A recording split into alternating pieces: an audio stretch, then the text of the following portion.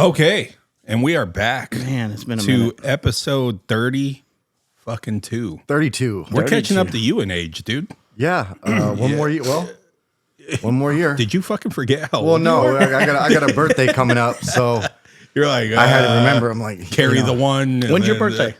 February 21st, 1991. Fun fact.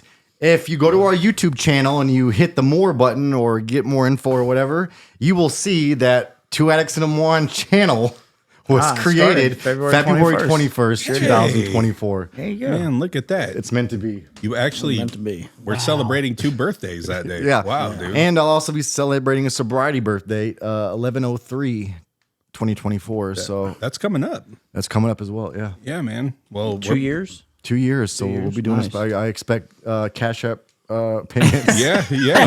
I expect some money coming in. I'll make you a cash at me for $1. Yeah. so I can unblock you. Yeah. There you go. Bring back old memories. Yeah. Maybe we can, just a whole episode just dedicated to me. Yeah. All Okay. about Just Jake. it's my fucking 2 years, We'll dude. just walk out. I worked.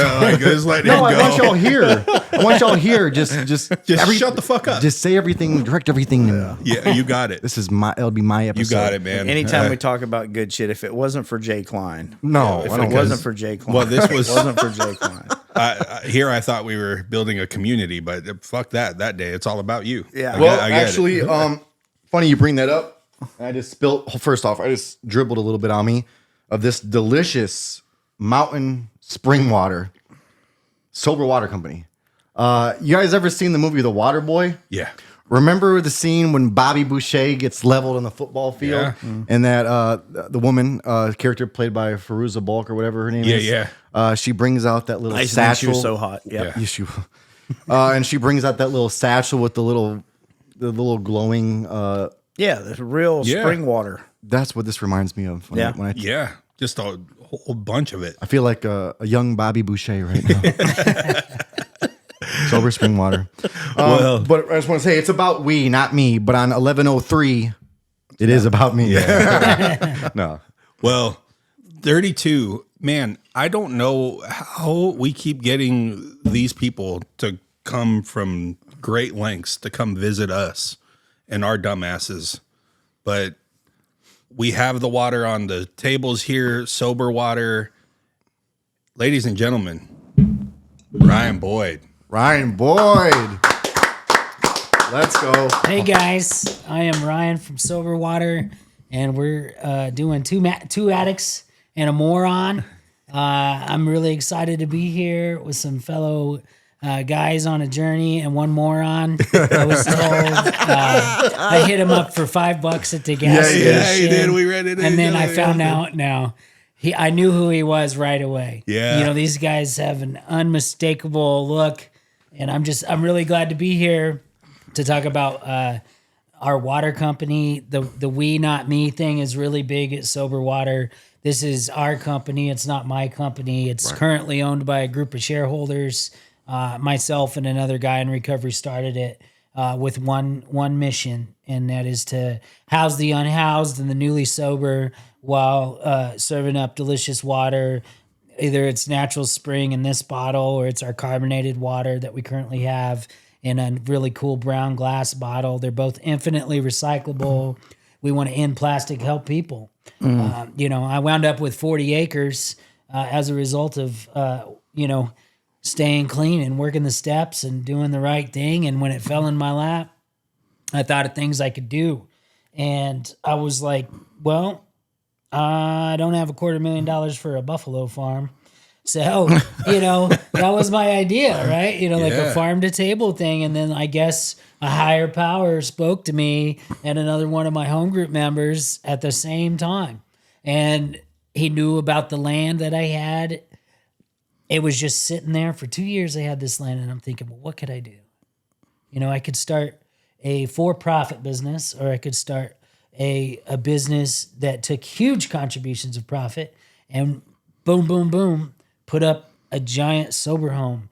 40 acres is big enough to build like a small neighborhood. Yeah. So, there's so many people that are in the water business. Water's going like this. If you're listening, it's good to buy shares in water because it's just blowing up. People are just drinking less alcohol and they're drinking less sugar. Good. If you're over 40, when you get there, you're going to want to watch when those T levels start to drop. You're going to watch that belly. So, you don't want to be drinking so much carbonated sugar water, Yeah. So anyway, water sales are on the rise, and we thought, these guys aren't doing it right. They're just trying to help, their pockets, or they're just about the environment. Heal the people, heal the planet, and that's why we started Sober Water, so we could get people off the streets, drinking more water, helping the unhoused, whatever reason they're there for. We're not just geared at people trying to get clean. We're geared at trying to help people that need help. Yeah, just mental health in general. So anyway, I blabbed on enough for the opening there. So that's a little bit. I love about it. the Well, company. thank you for coming, brother. love Thank you so much. And you man. got a book. Yeah. So this book, thank you, Jay Klein, is Clean at 15. Anyone from anywhere can get clean anytime. Perfect. So that's when this guy got off, the wrong track, and I got on the wagon at 15. I was facing 12 felonies. I had 3 to 5 years over my At head. 15? Yeah, Felonies. felonies, plural. Fuck, dude. Man. I mean, did you guys not get addicted to stealing cars like I did? No. I was more of taking them apart. Yeah. Not putting them back together. My thing that I like to steal was designer cologne and sunglasses. Copper wire. Yeah. Yeah. But cars, if I could have, I probably would have. Yeah. Yeah. Well, good Lord, man. That sounds like a crazy fucking story. And we're Yeah. going to get into it. Yeah, we'll get into whatever you guys want. Well, we do a couple things to start this every time. We forgot to do it last time. We did, and I remember them like, well, we got too far in. And I was like, we just there was a lot going on. Yeah, there was a lot with happening. with 5 addicts and a moron. moron. Yeah, that was one of these things is not like the other in that one for sure. But over here in the middle, introductions, Joey the Moron. To the left, Jay Klein. Mike Stuboy, Addict Meth GHB. And I'm Ryan, the writer of Clean at 15 and the majority owner of Sober Water. Nice. Well, on to our second tradition. Let's make up for the last one. Yeah, we'll take an extra 15 seconds. Before every episode, something that's big to me. I don't know if you've seen any of their episodes, but I always make sure we always remember the ones that aren't with us and the ones that are struggling. So we do a moment of silence before every episode. So let us bow our heads, close our eyes. Think about the addict that's still out there struggling and suffering at this moment, their friends and family members that are there with them, and the addict that unfortunately could not be with us here today. Moment of silence, please.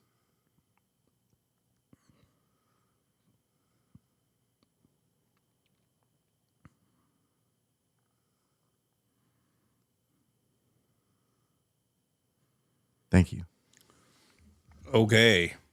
Now, episode 32, you are clearly doing some great shit in the recovery community here and really just in the community, period, just to help people out.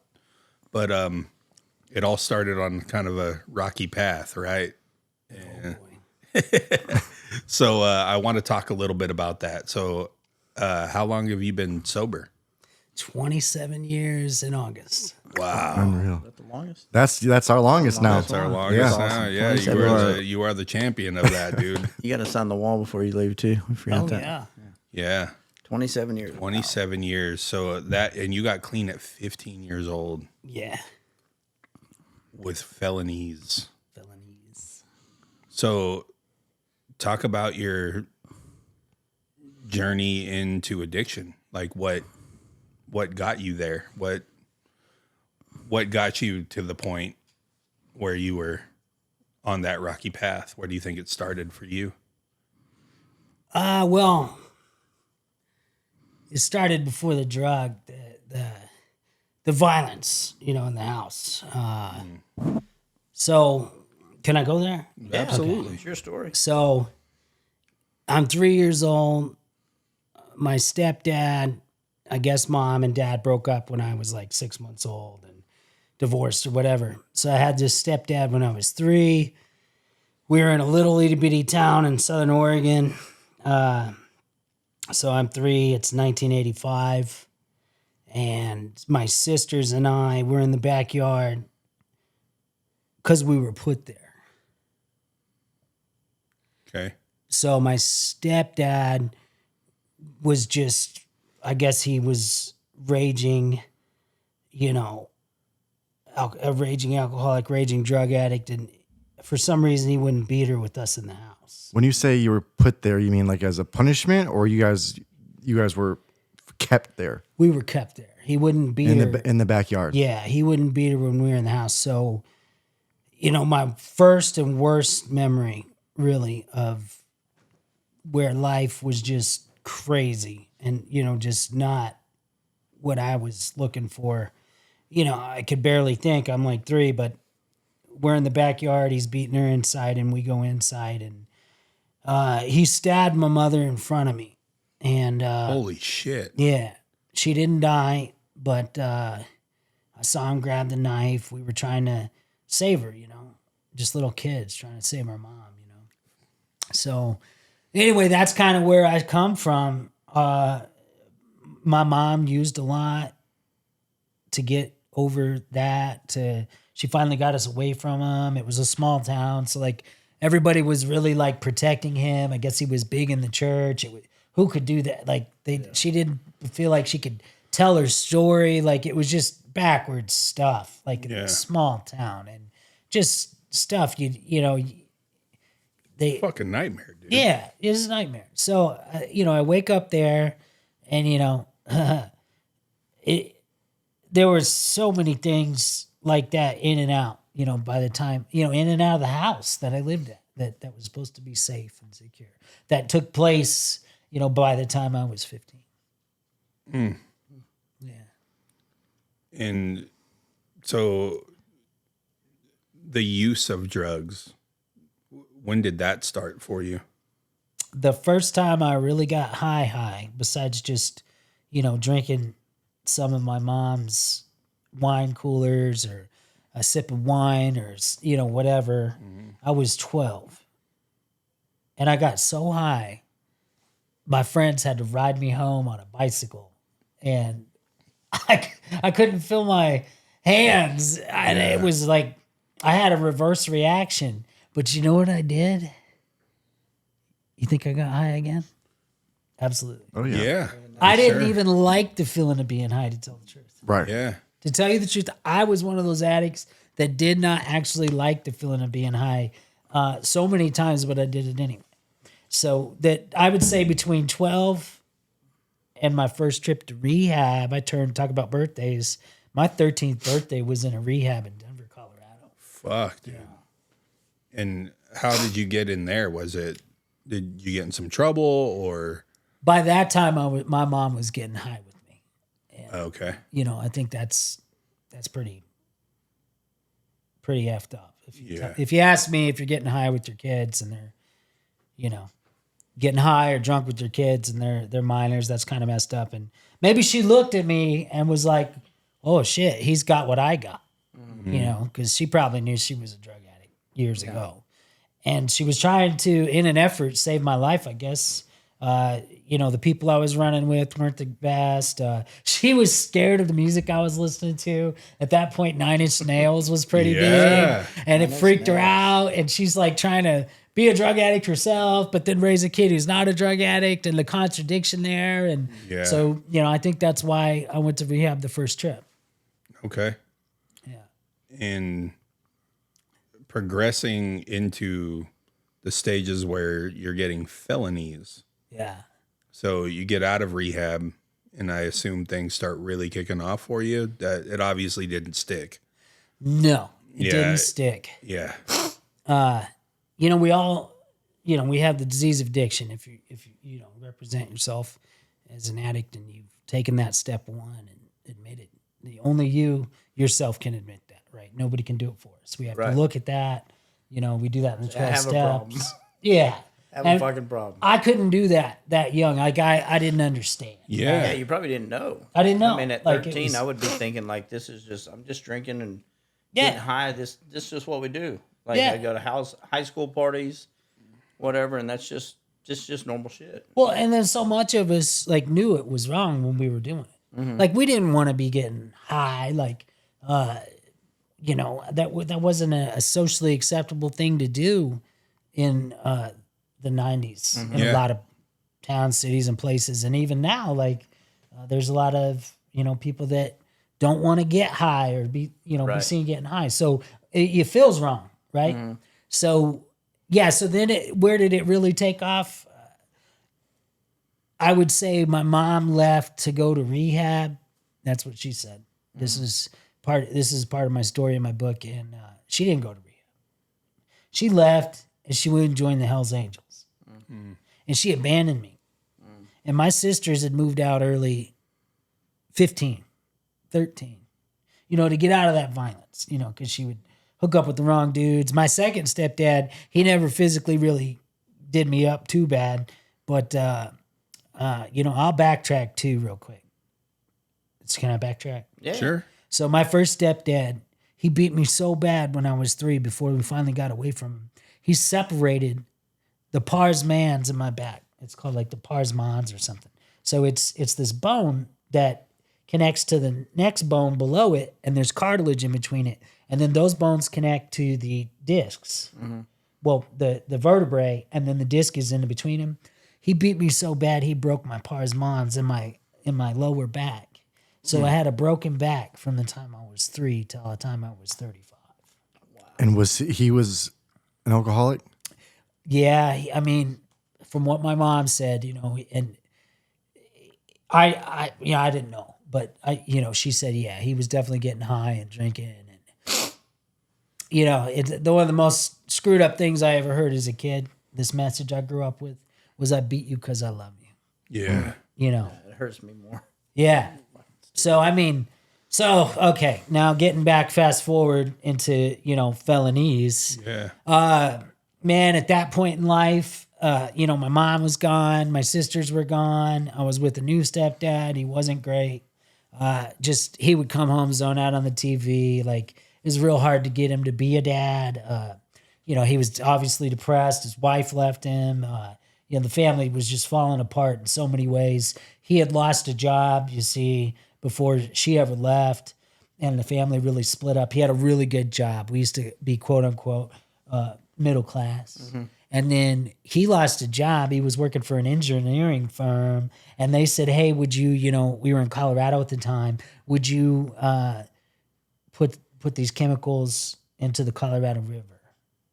And he knew it was wrong. They weren't refined. They weren't tested. He was working on a lot of uranium cleanup sites and stuff. So anyway, they let him go after 10 years automatically. He got fired. Mm-hmm. And there was nothing he could do. Like he couldn't do a lawsuit. Maybe he could. I don't know. But anyway, so that's where the family just really. That's where I say my mom, used to just openly drink at that point, and he was depressed. So anyway, by the time she finally left and joined the Hells Angels, it's just me, him, and these 2 little boys they adopted while they had their shit together. Uh-huh. And I felt like I didn't belong. There was no blood relative in that household. How long was he your stepdad? I guess until they never got a divorce. My mom died in Section 8 housing. She got away from him a little later when I was in my 30s.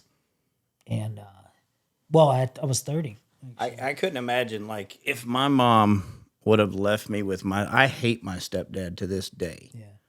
Like, there's not many people that I will say that I hate. Yeah. But if I seen him on the street, that's one person that I'm going after. Right. And I couldn't imagine being left with a stepdad one, or even the stepdad even really giving a fuck about you, right? Because it's not your blood, right? I mean, it takes. There's people out there that do it, yeah. But I think it definitely takes a certain person to say, "Oh, well, your mom left, but I'm still going to take care of you and love you like you're my own." Yeah. Right. Especially when he's dealing with his own issues. And, I would say he was addicted to TV. Like, can that happen? It happened to my stepdad, my second stepdad. And it was just crazy to see this happen. And, of course, his income went from like $25 an hour to $4.25. He's waxing the floor at Sears. I watched that guy work a couple jobs. And so anyway, we wound up in Kentucky. And I'm from the West Coast. Talk about not feeling like you belong, plus the disease of addiction, not telling you belong. And just before that, I pulled a shotgun out of my mouth after my mom left. My mom left, I'm going to do myself in. During a period of 6 months abstinence, when they talk about in 12-step recovery, couldn't live, with it, couldn't live without it, kind of speak like miserable high, miserable clean, like in a period of abstinence, I was miserable. And I was just lost, man. And the only reason I didn't pull the trigger, I talk about it in my book, my stepdad at the time was working a night job, one of his jobs. I didn't know if he was on the day shift or the night shift that day. And I'm in there getting ready to do myself in. I was miserable using. I was miserable in a period of abstinence. I had 6 months. I even quit cigarettes. I'm 13. And I'm like, this just isn't what I signed up for. I'm not going to make it. Like, I hate myself. There was no self-esteem in me ever at that point, ever, And instead of pulling the trigger, there was a knock on the door. Yeah, my stepdad was opening the door to tell me he was going to work.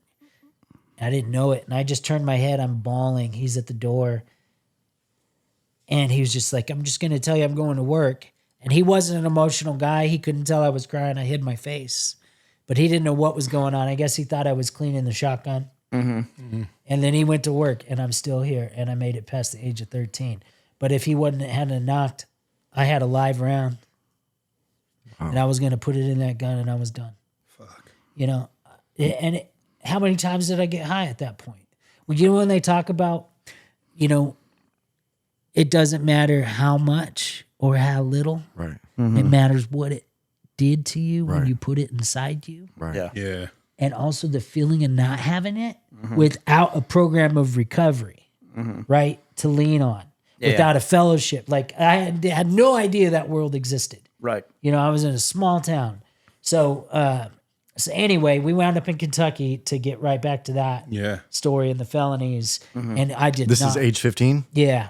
Like 13, 14. Okay. I turned 14 in Kentucky and was still in kind of a period of abstinence. And then eventually I found my people, right? Yeah. I found punk rock more than anything.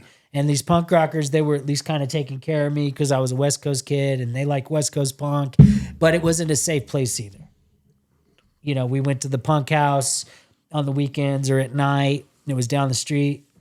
My stepdad had family ties in Kentucky, and that's why we wound up there. I remember my mom writing me a letter saying she was coming home, and she did it. It was like another year before she came home. Yeah. It was a long time. So anyway, I picked up a skateboard like I did in Colorado when I first started using. I fit in where I got in, right? Fit in where you get in.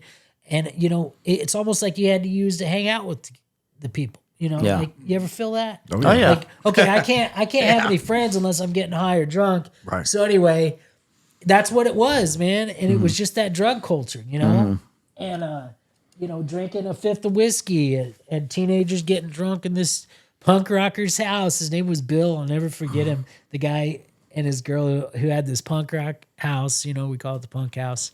If you're into punk rock, there's a band from Chicago called Screeching Weasel, and they got a song called, Punk Familiar. House. Okay. Yeah. Familiar. So anyway, that's just how I lived, and I just thought, okay, this is it, fuck the man. And with that negative message, we could get into that later with water and how this one big company is like really pushing this negative message. But that negative message of punk rock is what I held on to, not so much the hope, but the fuck everything, right?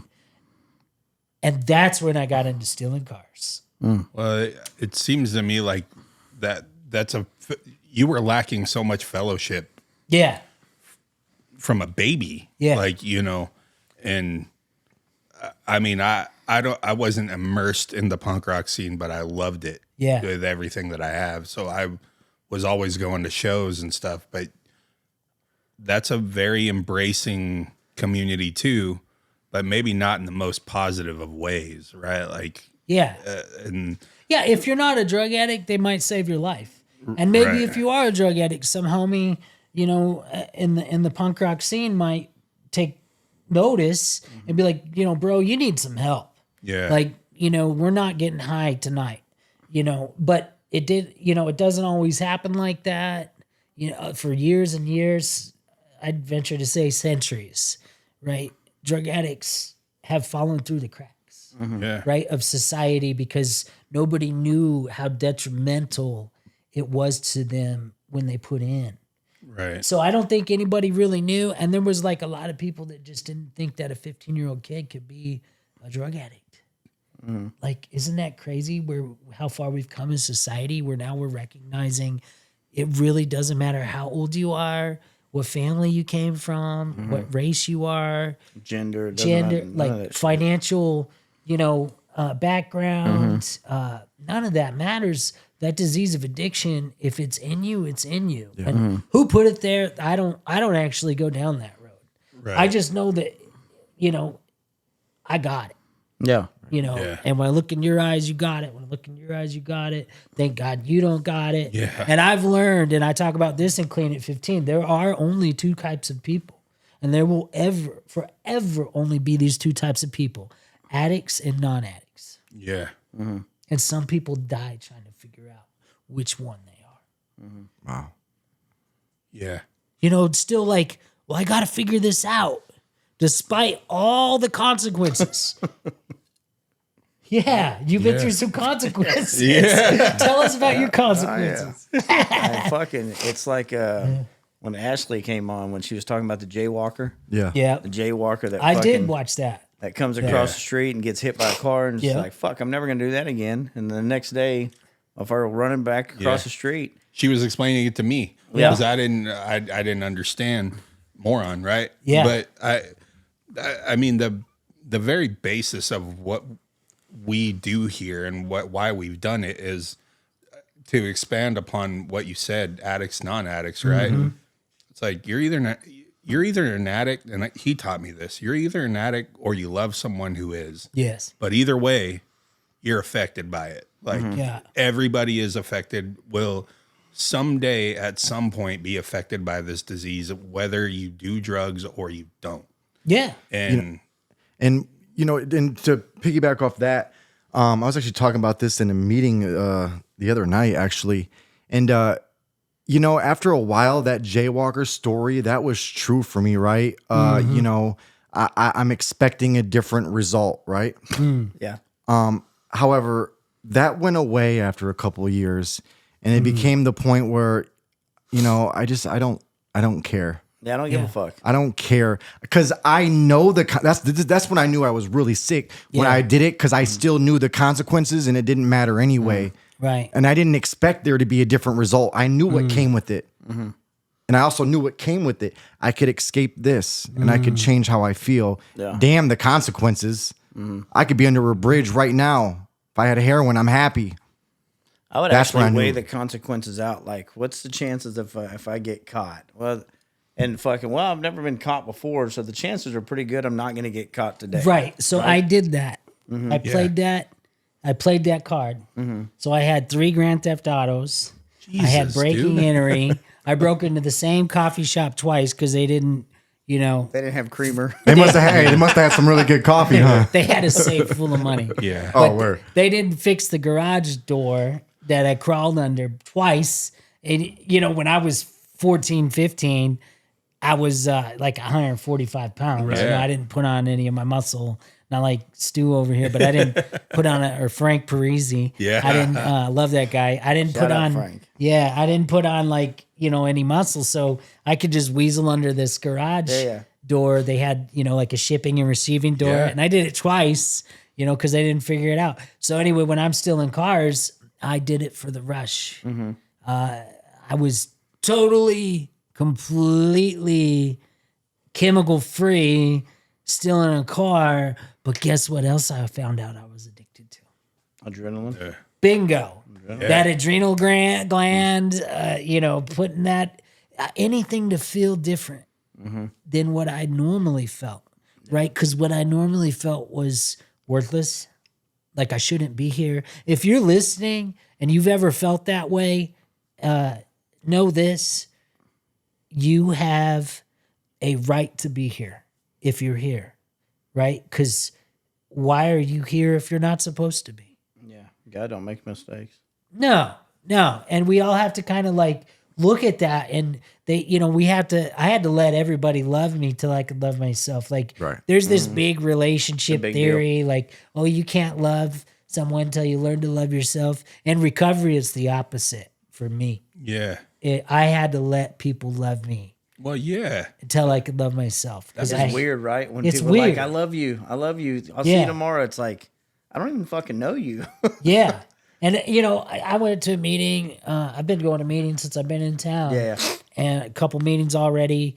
That's awesome. Because when I travel for work, if I got 3-4 hours in a day, I'm going to hit a meeting. Yeah. And in Austin, the recovery scene is literally almost on the hour every hour. If you're not 20 minutes from a meeting, then, you don't live in Austin. You don't live in Austin. Yeah. Yeah, that's a good way to put it.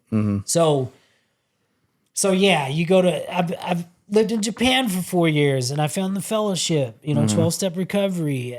And, I still let people love me. Like I'm letting these 3 guys love on me right now. Like since I got here, fed me Texas barbecue. Come on. Told me to come here.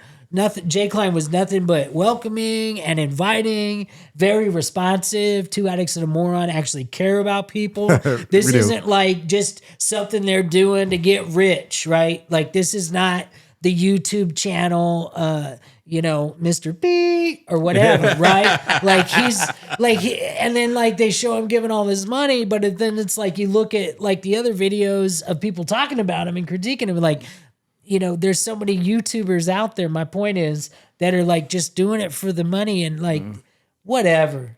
But you guys are here to save lives, not put Lamborghinis in that driveway. No, man. Because there wasn't a Lamborghini when I pulled up. No. Yeah, unfortunately. And I love you guys for that. Like, Yeah. this is the real deal, folks. This is 100% what he was talking about. Love right here for your fellow addict and love for addicts. Yeah. On your side. Like, that's what you guys are doing. Well, I don't think you can't put a price tag on that. You know what I'm saying? Like the feeling that I get when someone reaches out to us. Yeah. Yeah. Or someone in a meeting comes up and says, "Hey man, I watch your podcast." Like that is so fucking dope to me. Oh God. And there's no drug that's ever gotten me higher No. than when someone sends us a message and says, "Hey, I watch y'all have helped me," or whatever, On that note, real quick. So I was telling, one of you guys earlier, a couple of you guys at least, and when we were eating and stuff. So I lived in Austin 10 years ago, and I was like 17 years, clean at that point. And I'm going to this men's meeting. I'm highly involved in 12-step recovery fellowship in Austin. And I was angry, like really angry. And I've been angry my whole life, Yeah. coming up in that. I bet. And, I was actually taught to be violent. To this day, thank God, clean or using, I've never laid a hand on a woman. To this day, thank God, the only violence I ever personally interacted with was like a couple fights at school. Got my ass kicked one year. A few years later, I've kicked an ass. Yeah. Those middle school fights or whatever. Yeah. And then, one time my mom and she was drunk, and I was trying to leave the house. And this is a dark story, but I think it needs to be shared. Let's go. The levels of addiction and where I came from, it's just crazy I even made it out. That's why this works, because vulnerability and openness. Yeah. Okay. So I'll go. Safe space hopefully here. this will help somebody. Yep. I'll go on. So my mom was really wasted. The year I got clean, 1997. I got clean in August, so late summer. And this was probably in the spring. I was arrested 3 times, racked up all those felonies. Coincidentally, I went to rehab 3 times. That was the year. So one night it was like an evening, and she was really drunk, and we got in an argument over something. I don't remember, right? I wasn't wasted, but she was. And we were in the kitchen, and for some reason, she put her hands on me, right? And she was never really the one to beat us. That was the first stepdad. But she put her hands on me, and we kind of both pushed each other at the same time. She wound up hitting the kitchen wall, and we both kind of looked at each other because we'd never done that before. Not her and I. Mm-hmm. And I left. I'm crying, and I left, and I had just robbed that coffee shop that I robbed twice the night before. And I had $250 in my pocket. I stole their money from their safe. And I left. And I went to the payphone. And I called a taxi. And when I called the taxi to go get high, right? Because that's the only way I knew how to deal with what just happened. Right. An ambulance went by. I got to the house. I met up with my homie who had some, and we're getting high, and we're at his mom's house. For some reason, there was a phone call from my house. And when I got the phone, my stepdad said, "Ryan, your mother's in the hospital. She shot herself after you left." Fuck. Didn't die, but she was in the hospital. She didn't die yet. She didn't die then. We'll get to that. But can you imagine how that would feel after you get an argument with your mom? And she didn't know what to do, and you didn't know what to do, and you just come from such dysfunction and violence, and she was wasted. And she turned a pistol on her stomach. That's why she didn't die. And I don't know how I'm still here, coming from that house, and why I'm not dead, and why I didn't pull the trigger, So we come from this bloodline, of or mentality, or chicken or the egg. Were you an addict because of your family, or were you an addict because you crossed a bridge in your mind, right? I don't like to go too deep down that rabbit hole. I just know I'm an addict, and my mom was. And we didn't know how to function either with or without drugs, And so she lived. But here's the crazy part. This is the darkest part of the story. My mother gets home, and for some reason, she was definitely raised wrong, by the way. She was beaten her whole life by her dad, her adopted dad. She brought the bullet home and put it in a medicine bottle, prescription bottle. And she put it on the shelf. It's twisted, man. Yeah. And I don't even know what to make of that stuff other than I come from hell. There was this woman I used to make meetings with. She still goes to meetings. We just don't see each other a lot. But in Grand Junction, when I go to Grand Junction, Colorado, I'm in Durango, Colorado now. So Grand Junction's a couple hours away. And I was sitting in a meeting once. And you know how we were talking about, me and you were talking about how I just realized that, after being clean this long, I just realized something. Oh, yeah. Yeah. So I'm sitting in a meeting, and for the first time, I heard someone really, really nail my story in one sentence. She said, "Wolves would have done a better job." Yeah. And that hit me, that hit me so good, in a good way, So anyway, I recover from the violence, and I recover daily from the disease of addiction and that violent childhood. And all the stuff that taught me, and all the things it taught me to fear. It taught me to fear big guys. It taught me to fear older people. It taught me to fear authority. when a youth has trouble with authority, it's probably because they've been mishandled at the house by someone that was their authority. Right. Yeah. Otherwise, why would you fear them? Yeah. It's like a dog. If they come from an abusive owner, then they might fear people Yeah. because their owner was a person. So when you get somebody like me who has had to, recover from that and those situations that my,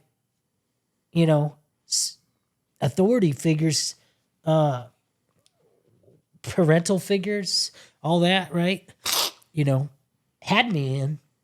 It's rough, it's rough. And thank God for the steps, because that is where it came out. And thank God for that book. When I wrote that book, believe it or not, it was like January 1, 2020, before we even knew what was going to happen that year. All right. And I just, Gave you something to do. I knew I had to tell my story, and I had toured with some bands, and I thought, well, let me write a book about touring with bands, and that'd be so helpful to other musicians.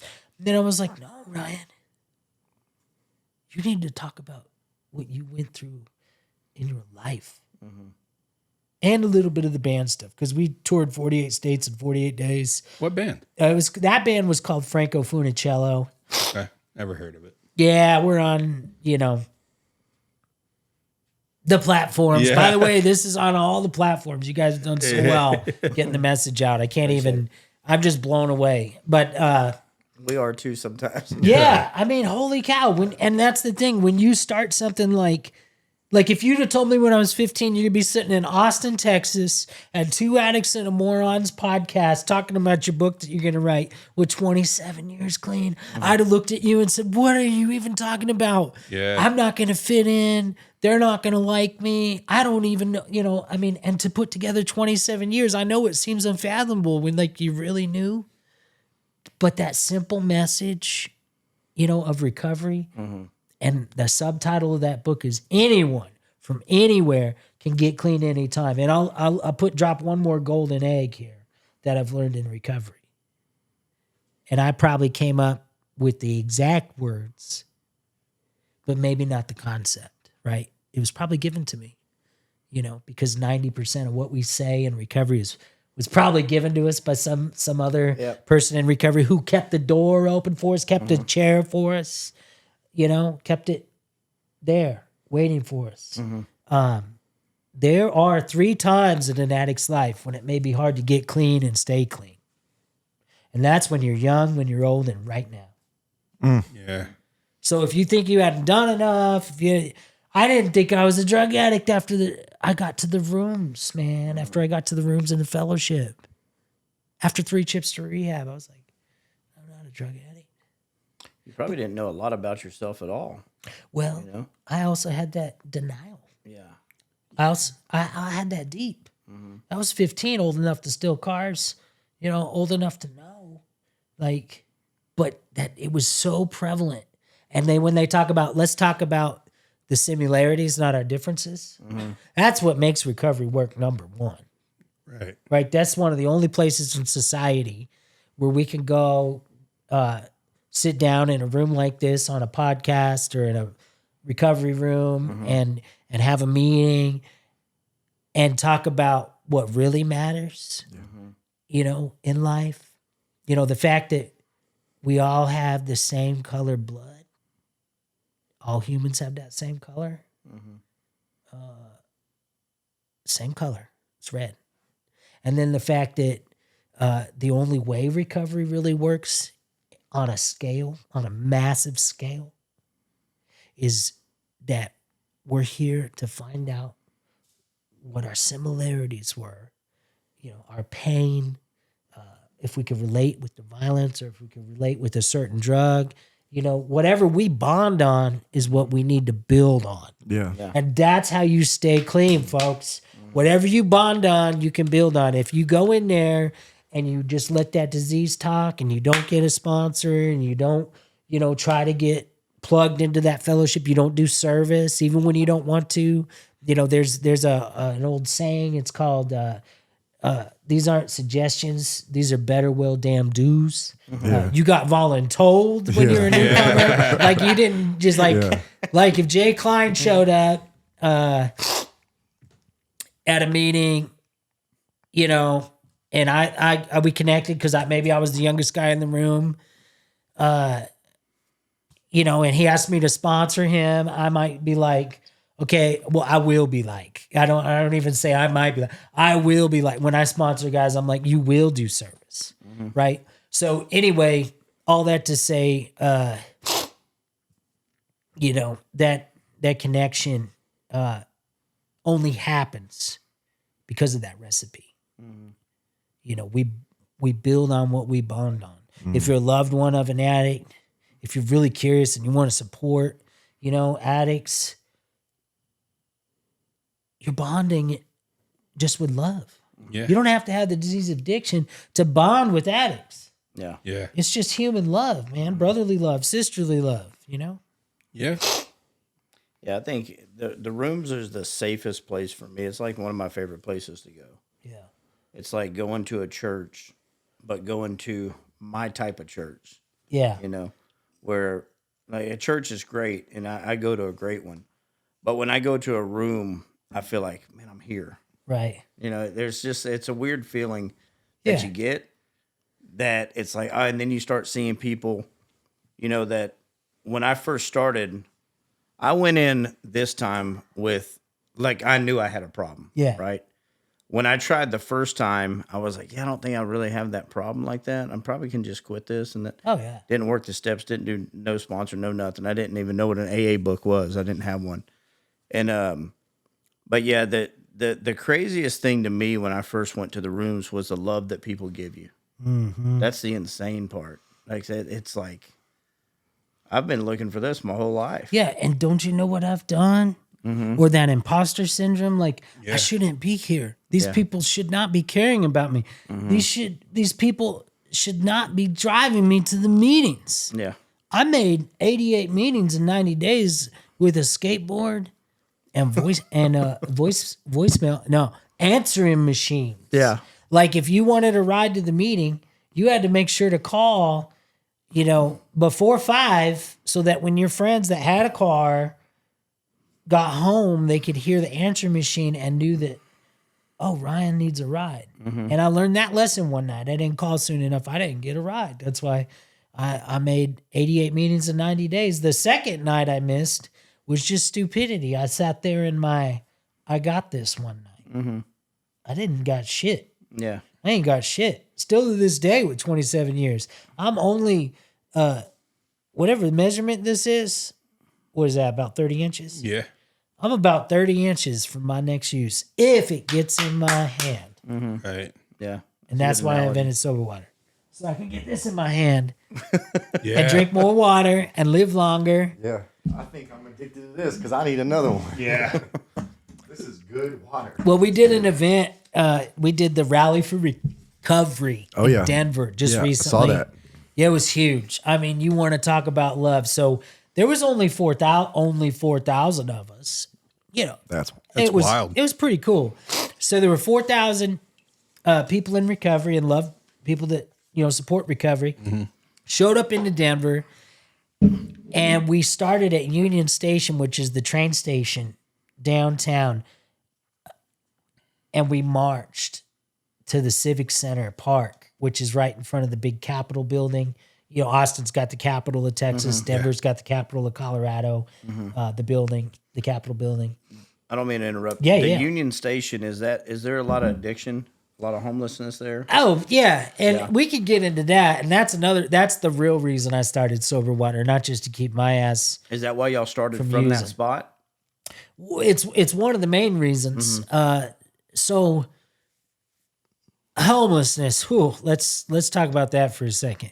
How easy is it to be homeless in America today compared to getting deposit, getting rent, getting first and last in 2024 prices?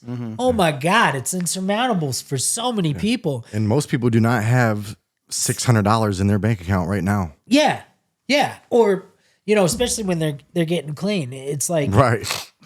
Right. Especially. Yeah. yeah. So anyway, Broke as okay. fuck. So just to give you an idea of this rally, after we marched and we set up, we sponsored the event. We gave out 960 waters. I would say 1 in 20 were homeless out of 4,000 people. Wow. That's the numbers that we're dealing with just in Denver. Those used to be like, oh, San Francisco numbers, New York City numbers. Yeah. Guess what, America? Addiction and the cost of living are meeting head in head. And guess which one's winning when people Cost of living. are making a choice? Like, the addiction. Yeah, the cost of addictions- living's making them The go cost to of addiction. living is winning, Yeah. like, as far as like putting people out on the streets, and addiction is winning, keeping them there. Yeah. And it's, now is the time when more companies need to start right away as a give back company. Not a money. Elon Musk, I want $54 billion a year. I'm going to fight for it on the board to get that. That's not what we need. We don't need to go to Mars. We need to take care of the people that are sleeping on our streets right now, dying tonight in Austin, Denver. We took that moment of silence. I like that. Because we could all very well have been that person, or known somebody. Yeah. I was that person. Yeah. Yeah. Well, I mean, the one that died. Oh, Like well, the that too. died. Like, I was that too. That died. I just got lucky. Yeah. yeah. I was telling somebody the other day, and I'm not going to get into politics on here, but you see how much money's raised for these different campaigns. Yeah. And I was telling somebody, I said, I don't care who you vote for. I won't tell you who I'm voting for. Yeah. But if one of the politicians would take some of that money Yeah. and say, you know what, I'm going to fucking put this towards addiction or homelessness. Yeah. I don't need to campaign all this dumb Right. shit. I've got $400 million. Bro, that would sway me Yeah. towards that person 100% just because of what they just did. Yeah. Yeah.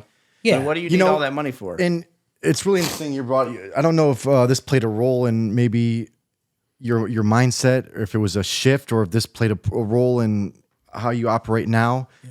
But you spoke about time in Japan. Yeah. Japan is one of the most fascinating places because Japan operates their society pretty much as a collective. Yes. They look out for one another. Yeah. in Japan. It's a we culture, not a me culture. And one of the biggest ways that they represent that. So, as a gift of being in recovery, I was able to, get a degree at 7 years. I had my degree, 7 years clean, and I wanted to see the world. I was stuck in Kentucky. I'm from the West Coast. So I was like culture shock, Yeah. get me out of this place. Like I didn't fit, still. I mean, I fit with the recovery fellowship, but I didn't fit with that culture. I wasn't born Southern or raised Southern. I wound up there. So anyway, I finally got a place to go. And I'm like, well, Ryan's going to Tokyo.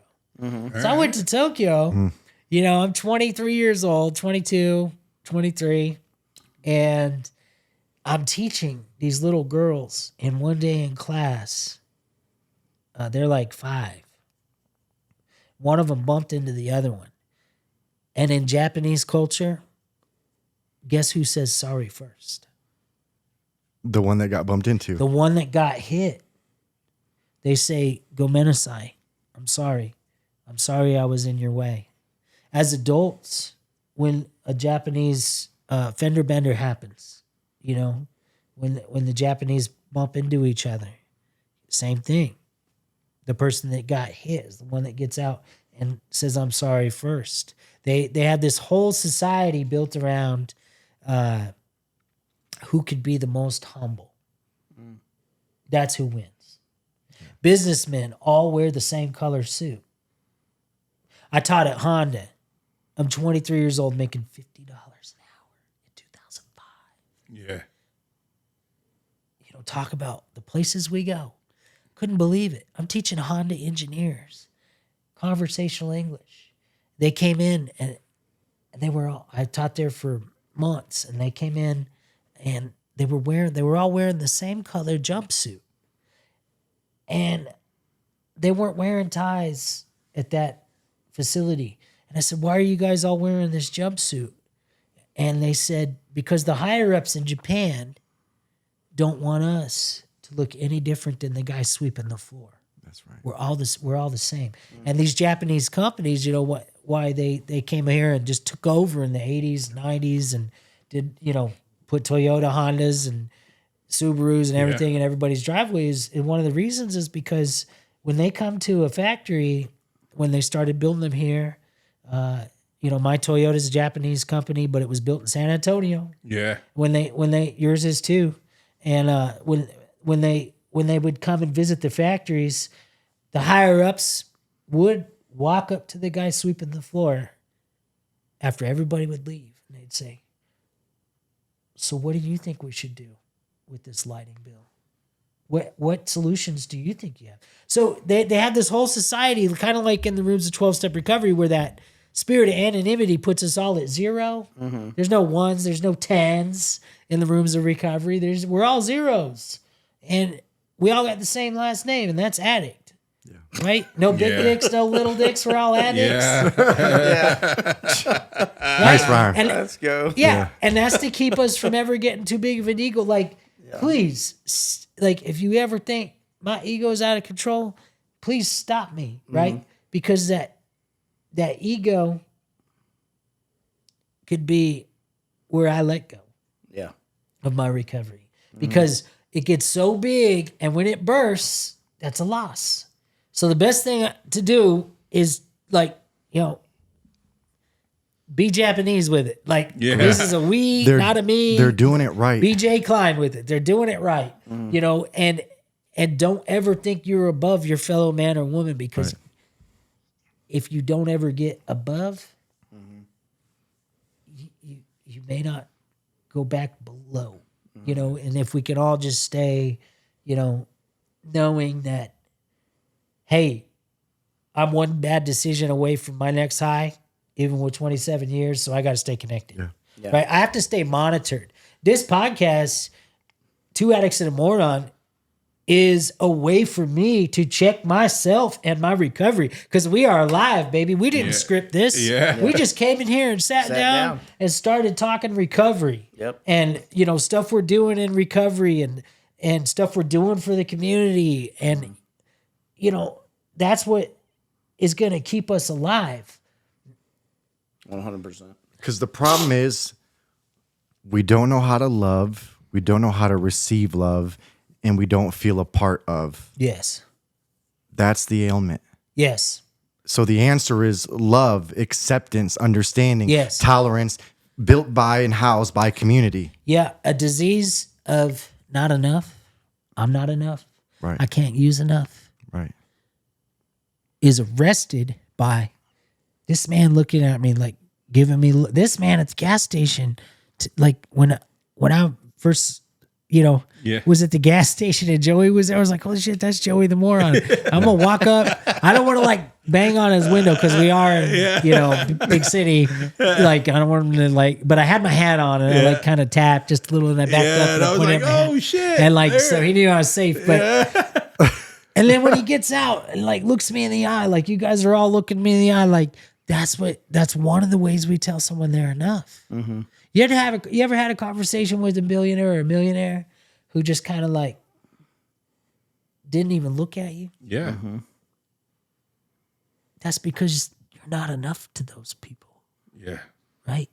And in the rooms of recovery, we're taught that's you leave that stuff at the door because, there's a saying, and this puts it into perspective too. They say don't ever piss off the newcomer. You know why?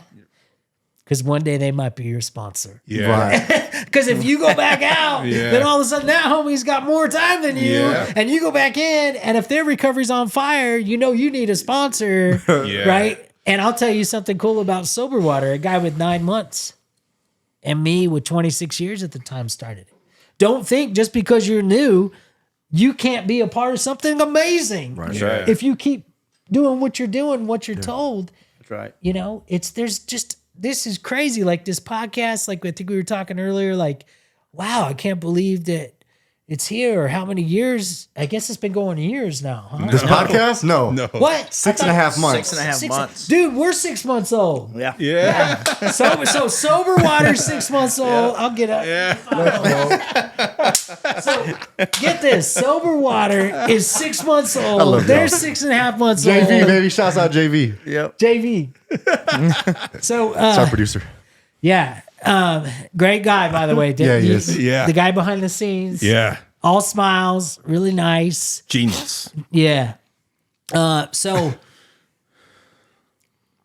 we're the newcomer compared to you guys. Like, we're 6 months old. You're 6.5 months old. You know, and that's just crazy. Like, you know, we get these ideas. You ever get these crazy ideas when you're using? And Fuck yeah. Yeah. You don't have to finish. Okay. Okay. Fuck yeah. And then some of them are a little too elaborate. Yeah. Right. Or some of them are like, you know, and Way off into space. Yeah, you know, and God bless us, because, you know, when we're doing that, we know, like, we're trying to give ourselves hope, Yeah. Yeah, dude. you know, and maybe life is going to be different tomorrow, you know? Never thought about that. That's beautiful. We're That's trying to why give we do ourselves that. hope. That's why we do that. Man, if only I could stop. I could do this. Yeah. I had this in my mind Yeah. for 5 years while I was using. Oh, wow. There I you had go. all my stuff planned Yeah. too. Yeah. And mean- your music. Right. Your music. And then look at you now in recovery. And when I watch you, even in your practice, I'm like, wow, he's able to, like, channel 100% himself. Like, you didn't even filter it. I'm not filtered right now. We're Yeah. not filtered. No, man, I am filter shit here. 100% unfiltered. That's why this has worked so well. It's Yeah. it's honest, it's raw, it's real, it's vulnerable. It's funny because when sometimes when people come on, they're like, "All right, what are we going to talk about?" We're just going to wing it. Yeah. We don't script. We thought about doing that at the beginning, like writing shit down and stuff. And we were like, "Fuck that." I did do that. that. We, For like I 3 did episodes. do For that. like 3 I didn't know episodes. how this fucking worked. Yeah. And then Like, we decided like, you know what? This is more natural if we just talk. Yeah. Let's just talk. That way, you don't know what we're going to say. We don't know what you're going to say. And it just works better. Well, also, you guys, I'll let you in on a little clue. You know what that allows for? Honest discussion. Something else to talk. Right. yeah. Like a higher power. Right. The Exactly. universe, that collective. Yes. Yeah, that's Because when you I know where give was speaker talking. meetings, when I share my story, when I give speeches, Yeah. Sometimes when I do, I don't ever write a speech. Right. I don't ever think about what I'm gonna say. Yeah. Sometimes I'll think of like the first sentence or two, Yeah. but I let spirit talk. I'll give you another one of my secrets. I don't even think I wrote this in the book because I probably found out. Well, I knew about this. I had a sponsor in Cincinnati. He had Serenity House. His name is Ivan Fask. Rest in peace. He sponsored me for 10 years. He died of prostate cancer. And the halfway houses are still there. Serenity House, Cincinnati. It's amazing. So he told me once, like, when you're sitting in a meeting and nobody's sharing, that's great. Because you know what that does? Does two things. It allows that newcomer who maybe would not have gotten the chance to share because they don't share a lot or they've never even shared, that time to really sit there and put their thoughts together or think they have a chance to get in if it's like a big meeting or something. But then that second thing it does, it allows their higher power to talk to them. And you know what we call that in the 11th step? Starts with an M. Meditation. Yeah. You know, and we need more meditation than anything. I believe that the longer I stay in recovery, I need more meditation than ever. Because guess what that teaches me to do? Be present. And it teaches me to quit letting the disease talk to me and beat me down. In other words, when I meditate, I'm at war with my disease. And guess what? I've been winning the war, baby. Yeah, For dude. 27 years, I've been winning the war. And, I do it in the truck. Like, I think I told Joey, I said, I'm about to get a snack and go sit at this picnic table. And I go to Barton Springs, when I'm in town. I've been there twice already. And I just walk and I watch the water and I listen to the water. And I'm comfortable in my own skin. I don't have to end my life because I love my life. Yeah. I don't have to end my life, even if the disease tells me to, because I have won 27 years of meditation battles with that mother.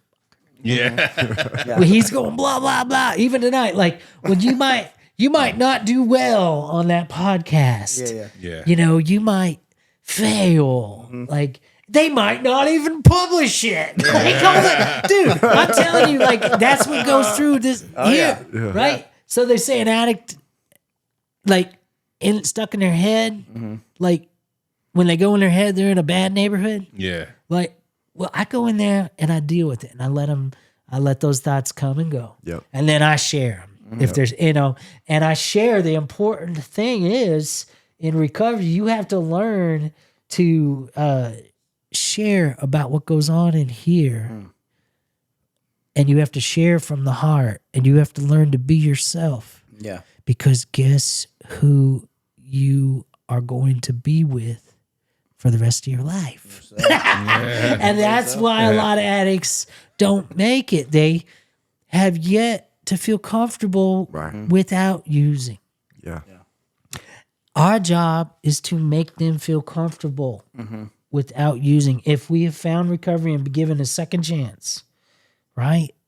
And like Frank Parisi, he's got, a second chance with a heart transplant. That man is on a mission. Yeah. I'm so glad you guys had him on here. And too. Awesome, dude. I was going to be a teenage statistic. Two of my friends, the year we turned 18, hung themselves.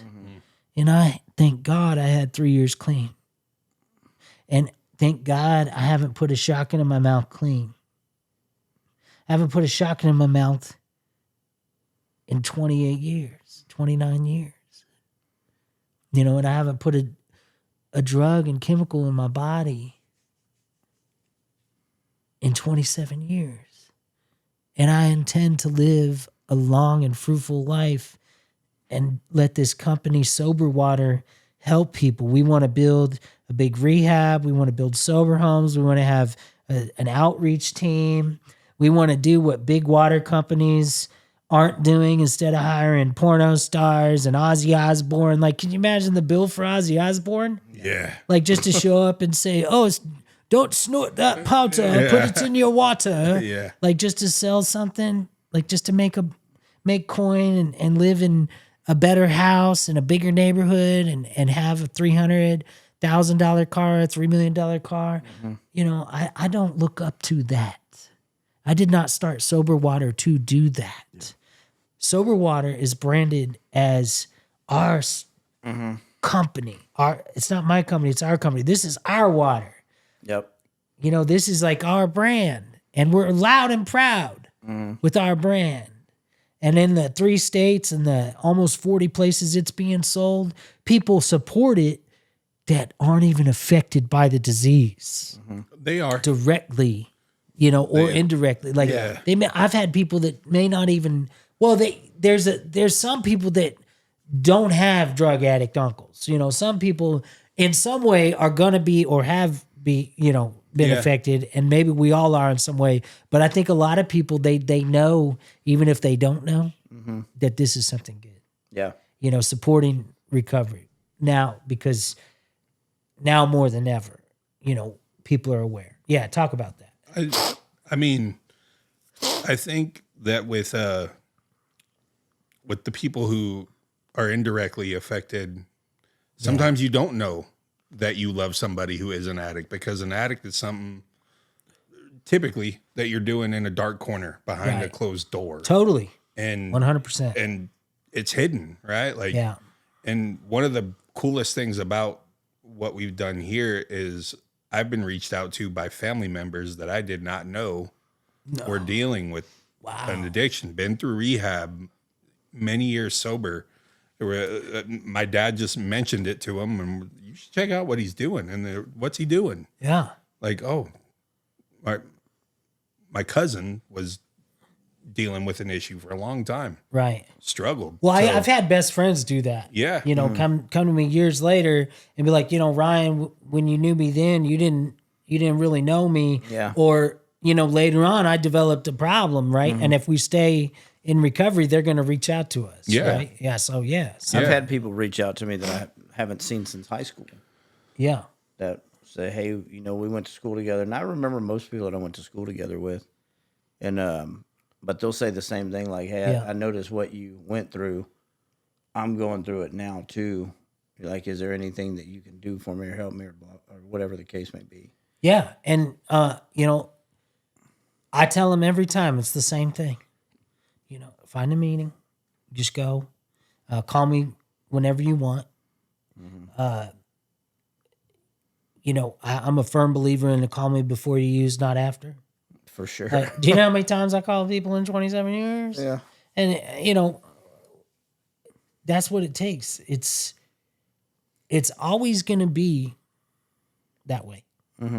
Another person who supports recovery, or like, I know now that, you know, if I saw Joey at the gas station, like, you know, next time I come back to Austin, or I'm going to have his number after this.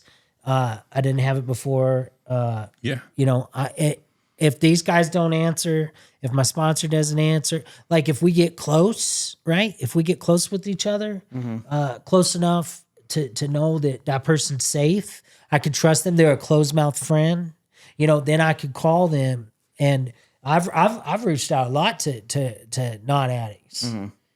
I've reached out a lot in 27 years coming from where I came from. It's almost like, you know, I know this, that the disease is still there and I still suffer from it. Yeah. And when I suffer, I call someone. And then what that does, what I was trying to get at, is that what that does is that disrupts the passageways in the brain. And it starts connecting to like the passageways in the brain that are going to release a little dopamine, right? Like the healthy, like bodily produced chemicals that feel good. If it didn't feel good to eat, you wouldn't eat. You would die. If it didn't feel good to make love, there wouldn't be 8 billion of us, right? So like there's systems that are put in place. Like even right now, all this bonding you see happening, like smiling, like when you smile, you're releasing endorphin. Yeah. Right. And when you're down on yourself, and if that disease has got you down that hole and you keep following it and you do what we call beat yourself up, you know, we do what you call sit in regret or self-pity or isolate. Yeah. Then you're producing the wrong chemicals. You're producing what is actually called cortisol, right? Yeah, we had a guy, Chris, on here was talking about this. Yeah, and it's like a natural pain reliever. But it also is like, it to me, I get depressed when I release all that. So if I call somebody and they start to bring me up, or I go to a meeting, or I go to a function, or I go be around people in society, I do service, those connections start changing and I start to feel normal because I feel like I've been, you know, susceptible to feeling low as a default. Yeah, for sure. So it's almost like addicts have to do like double time, like exercise and do service. Like we can't just as a non-addict, like go exercise. You know, and it's like there's the separation is just how the brain functions. Yeah. You know, if you set an addict brain on the table and a non-addict brain on the table, those and you plugged up some wires that could measure, like the dopamine receptors, you know, there's going to be a difference, right? And then you set up those consequences in an addict and a non-addict's life. There's going to be a difference. Yeah. Like there's non-addicts that quit drinking completely after their first DUI, you know. Or completely when they have a kid, right? But it's crazy how some people can shut it off. Yeah, some people can't. Yeah, and it's like I know I can't shut it off once I put it in, so it's best I don't put it in. Right. Yeah. That's exactly. I know that if I put it in my body, I don't know when I'll stop. Yes. And I'm not gonna just do it one time. Right. There's no way. Yeah. So the best thing for me is just not to put it in It's my like body. a can of Pringles, but worse. Yeah. Yeah. Yeah. For real. For real. So I'm fascinated. We had a guest on here that was so young. He got recovered so young. Yeah. I think how old was he? He was Sean? yeah. He was 20. 19. Was he 20?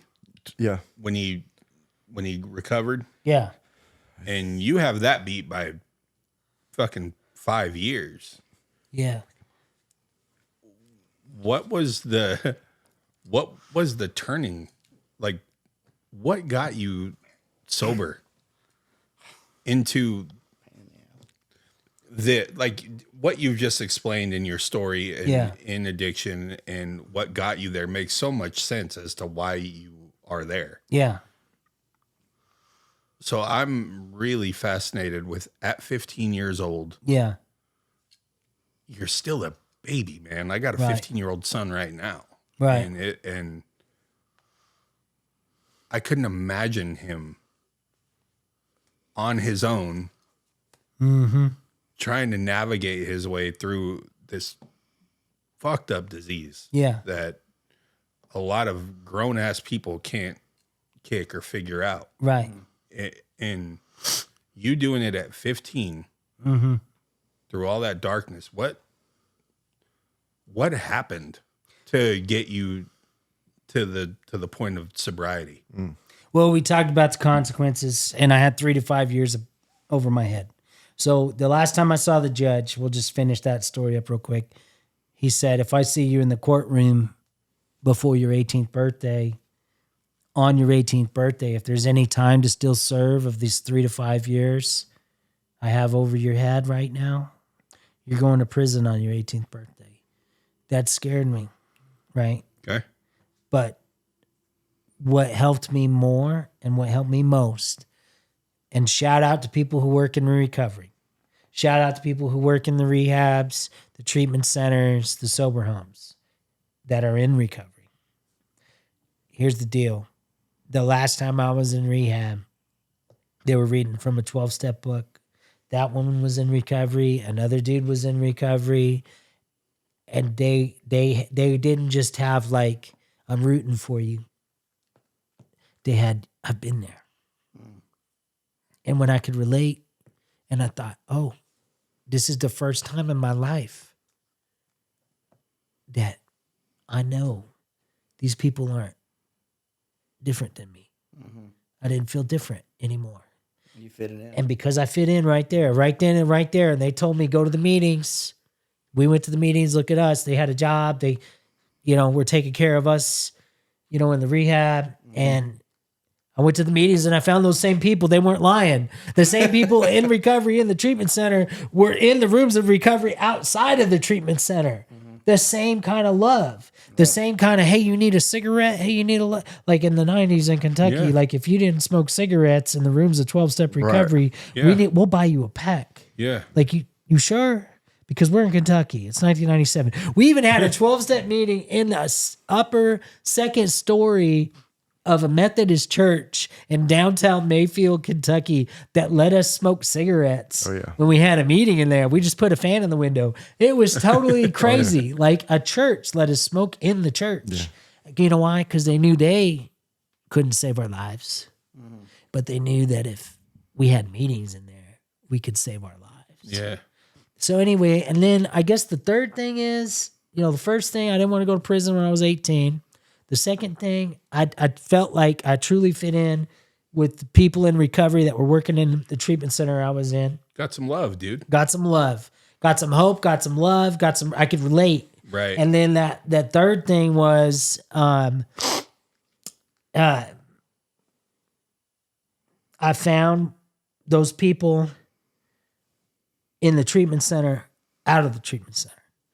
Right? Because there's a lot of fear when you leave a treatment center for the first time, or the third time in my case. There's a lot of fear if you've never entered the rooms of recovery or 12-step fellowship. I got news for you. That's where the fun really begins. That's where the change really begins. That's where you really feel plugged into society. That's where you get a key. I had a key. I was 16. I opened up the meetings 2 nights a week. For a year and a half. Then I was the treasurer. Before I was the treasurer, they didn't trust me with all that money yet. I had to have a little more time. Like, you were treasurer, you had like 4 or 7 years. Yeah. Right? I had like 3, and they were like, okay, well, why don't you be the public information chair, the PI chair? And I went to high schools, all 6 high schools in the area, and I put out information racks, like information pamphlet racks.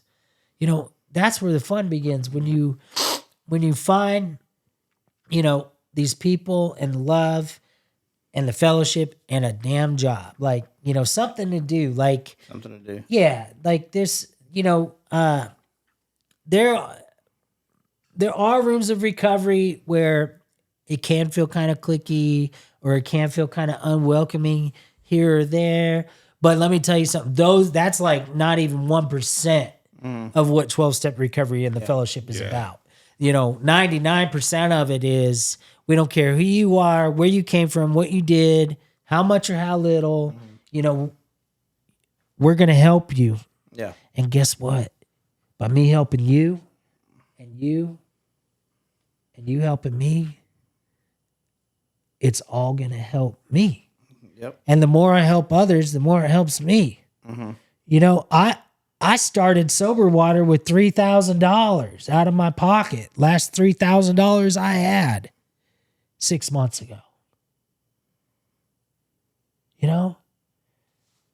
Because it's just going to help me. It's going to keep me here longer. I don't want to die at 53 like my mom did. You know, my mom committed suicide. That's how she finally died. And she didn't do it in the typical way. My mom had a pacemaker because she had depleted all her organs, shot herself, been stabbed, put chemicals in her body, too much, too long. So by the time she was 53, she had already had a pacemaker in her heart. And she had that pacemaker for years at that point. Well, one day the doctors called her and they said, listen, you know, we've done some tests and you need to get a new battery in your pacemaker. My mom didn't want it. So she called my older sister and she said, she was the only one she talked to that day. And she said, you know what? I'm not going to take it. And she laid there until the pacemaker battery went out and died. She chose to die. Oh, fuck, man. So I'm not going to go out like that. You know, I don't have to make myself suffer. I don't have to let you guys watch me suffer or hear a story of how another addict died, an addict death. You know, whether by a drug or their own hands. My father died with some sobriety and some recovery, some clean time. I never really knew him, right? I was 6 months. Earlier in my story, I said I was 6 months when they split up. You know, he lived till he was like 78. You know, so if I got more clean time than him, I might live longer than 78 because I think he had 20 years when he died. Okay. So if I got like 40 or 50, Yeah. you know, if I have 50 years, I'll be 65. And I might live, you know, well into my 70s or 80s. And why do I want to live long? It's not to see another sunset. It's not to do all these amazing things. Like, do I want to go to England and like go to the Harry Potter world or whatever and like ride the Harry Potter Express? Yeah, because I'm kind of a nerd like that. Like, I kind of like that stuff. Like, I like that good Disney Christmas shit that my family couldn't give me. So Christmas in my house, whether it's me, the dog, and the girlfriend, we watch Harry Potter. You know, none of this like mom's drunk. Like, we don't know when we're going to grandma's. Do we have food stamps to bring a chicken? We don't live like that at my house. Like, it's rough at times. Like, I've had my ups and downs. You can read the book. And starting a company, losing a company. Like, I've been through some shit, right? I have. And you know, but I have this vision, this mission. I want to be here to help others because that's what makes me feel the best. You talked about it. That high when somebody says, hey, man, that helped. When somebody tells me they read clean at 15 or when somebody tells me they, you know, I'm not even in recovery and I want to invest in Sober Water. I want to be a shareholder. It's not that hard to be a shareholder of Sober Water. And when they say that, oh, that's cool. When they say that, that's why I want to stay alive. I want to stay alive as long as possible to just do as much good stuff as possible to help as many people, because guess what we need now more than ever with the price of trying to get into an apartment when you got 30 days clean, right? With, you know, the wages that you're going to make. Yeah. And then you got to deal with like these 20, it's not just 2020 or 2024, folks. The wages have been staying, and then the companies that are making the most have been taking, you know, the most at the top and not redistributing it, right? And it's like, it's the total opposite from the fellowship and the rooms of recovery. Total opposite. So sorry, we had to break for a fucking cat. Well, pussy. Yeah. Oh, ba-dum-bum. That's, you know All what right.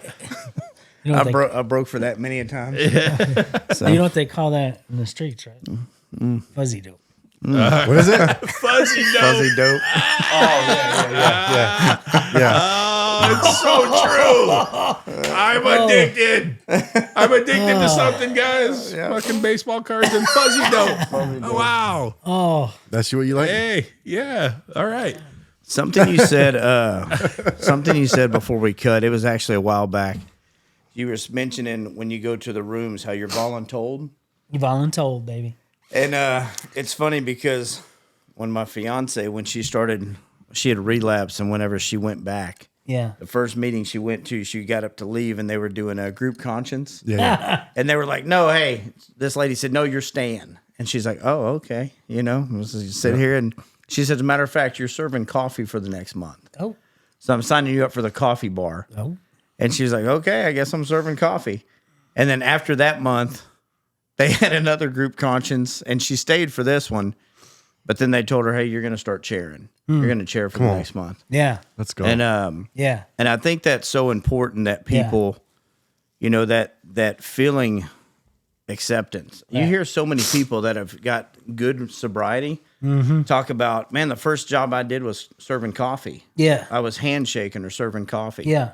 And I think that's so important for people to do, especially when you get into a community. Yeah. Yes. Because this is a community like no other community. I say that all the time. Yes. This is a community like no other community. He's learned that by coming to meetings. Like it blows him away. Right.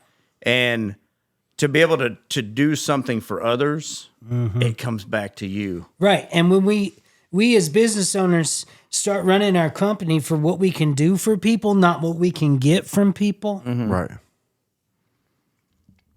you know, that really burns my ass. Yeah. That there's so many companies just out there, you know, drug companies. Remember when they got in trouble? They finally got their asses handed to them. And now they got to pay billions back in to opiate addiction relief, right? Because they were filling their pockets, you know, Yep. trying to see what they can get from people instead of give.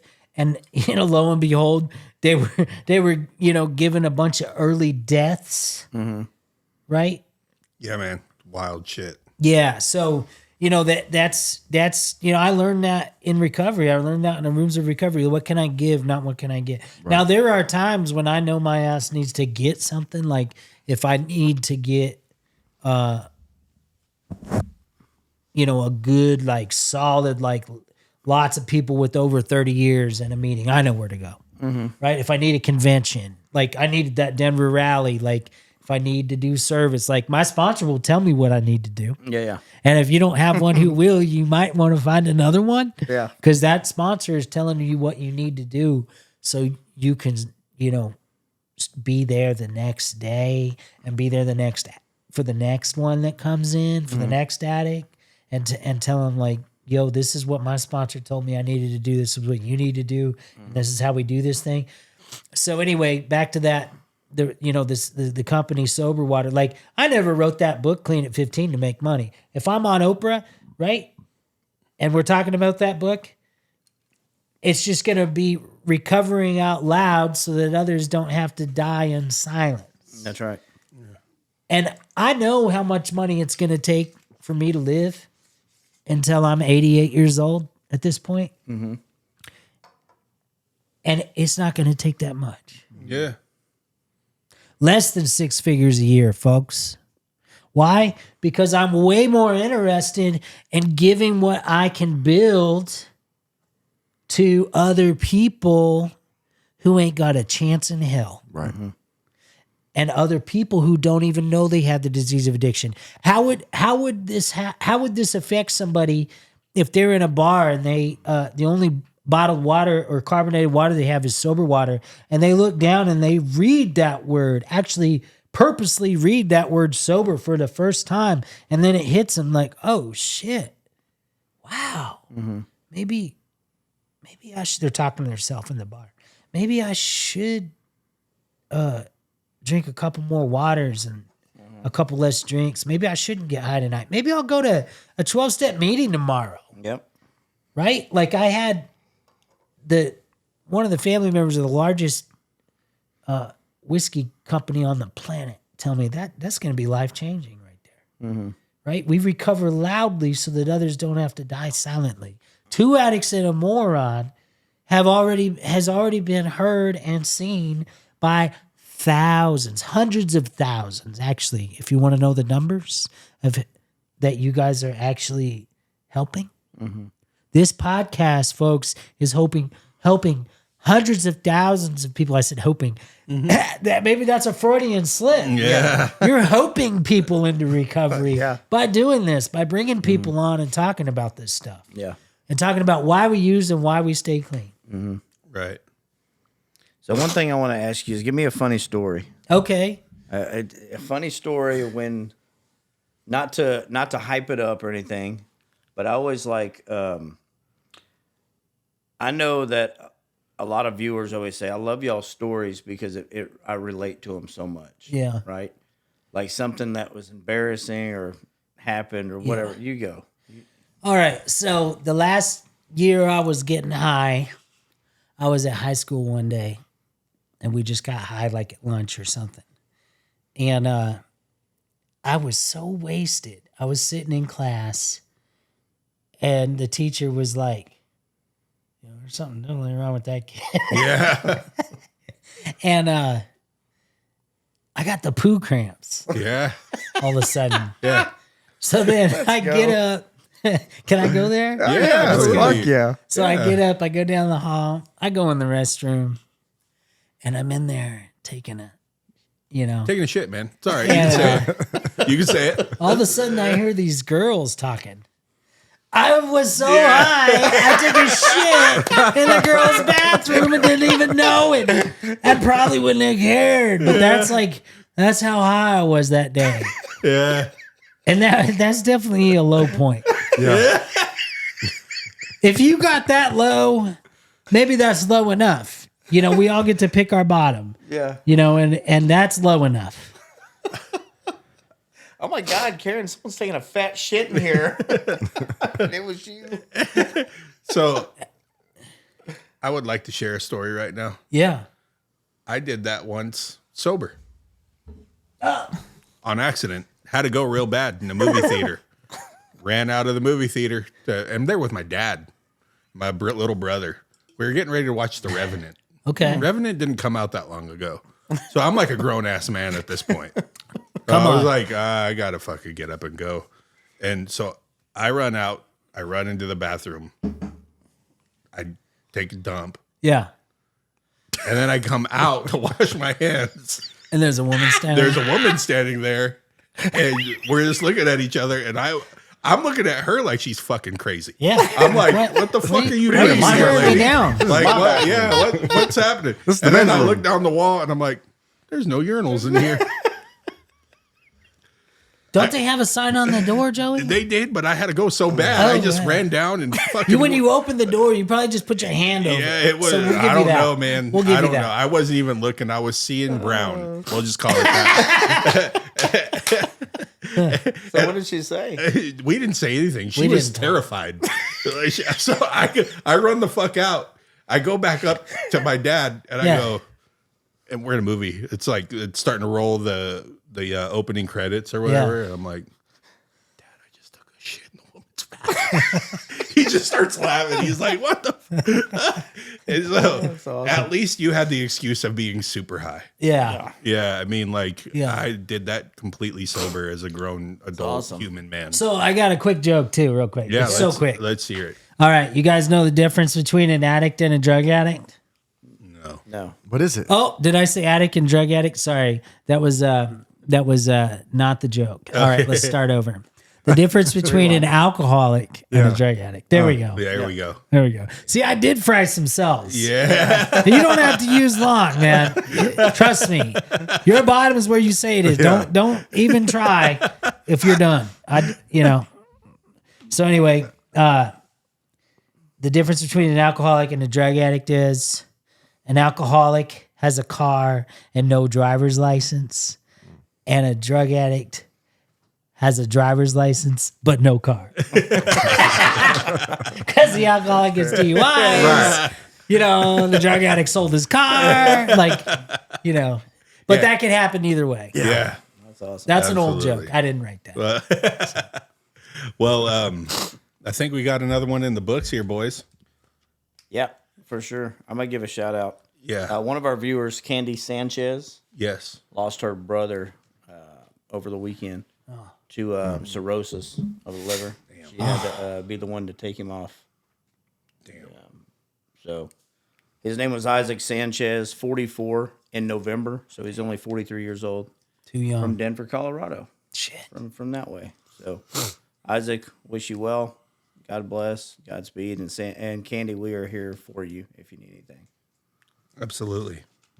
And we kind of fucked it up during the last episode, but we have our youngest viewer. Go ahead and shout him out real quick.